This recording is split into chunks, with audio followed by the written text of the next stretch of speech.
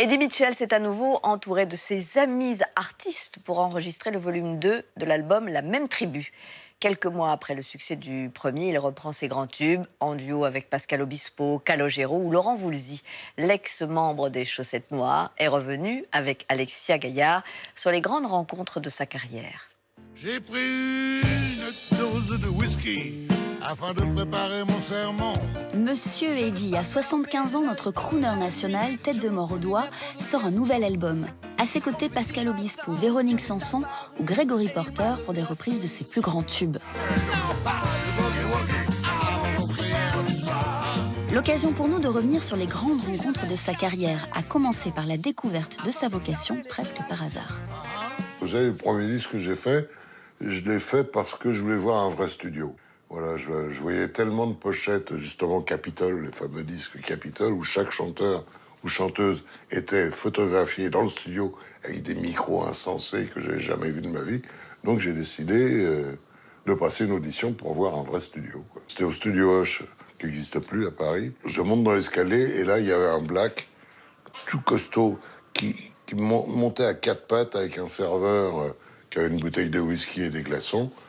Et le mec se tourne vers moi et me fait « Hey man !» Et c'était Armstrong. Je dis « Ah bon, ça démarre bien ?» Je dis « C'est bien. » Et arrivé au studio, là, il y a une porte qui s'ouvre, il y a Duke Ellington qui sort, une autre, il y a Quincy Jones, il y avait Paul Newman et sa femme en train de prendre un café.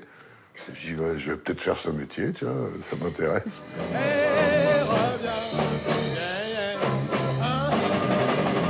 Dans les années 60, Eddie Mitchell sort son premier disque avec les Chaussettes Noires. À cette époque, son modèle est un rocker américain.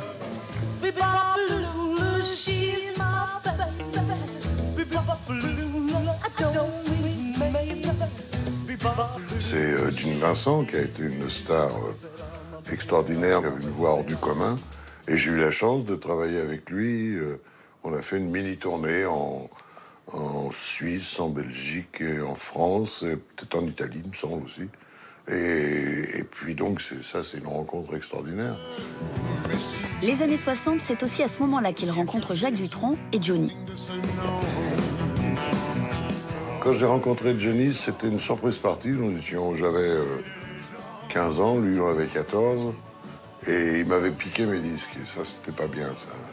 Donc ça avait un peu frotté, mais en plus, comme c'était des disques que j'aimais, mais lui me disait, mais je les aime tellement. Bah oui, très bien, bon, je te les prête. Alors bon, on est devenus très copains, très amis même ensuite. Et donc, non, Johnny, ça, il a toujours fait partie de ma vie. Ah, c'était un type exceptionnel parce qu'il passait de Bonnie and Clyde avec une mitraillette le disque d'après, il était en hippie, donc fallait avoir le culot et fallait avoir une santé d'enfer pour s'amuser à faire tous ces genres-là. Et c'est le seul, d'ailleurs, qui pouvait prendre ce risque-là, en plus en passant après à Hamlet. Faut quand même le faire. Son rire est joyeux, il prépare un 102. Dutronc, lui, il travaillait chez les disques Vogue, et il était plus ou moins directeur artistique, organisateur de séances, de choses comme ça. Et il était guitariste. Et d'ailleurs, à un moment, il a joué dans mon groupe. Après avoir quitté les Chaussettes Noires, c'était les Fantômes, je sais plus qui. Et il y avait Jacques, qui était guitariste. Il pensait pas chanter, puis un jour, bon, comme ça, il restait des heures de studio, il était avec ses 2-3 chansons, et ça a été un raz-de-marée. Eddie le comédien a joué dans une quarantaine de films depuis les années 60. En 95, il forme un duo détonnant dans Le Bonheur et dans le Pré avec Michel Serrault. Michel, on se connaissait depuis des années parce que un des tout premiers films que j'ai fait, Comment réussir en amour, il était déjà dedans. En plus, il était fou allié, quoi. Il était formidable. D'un seul coup, en pleine prise, il disait, tiens, je vais vous faire une imitation de Charlie Chaplin.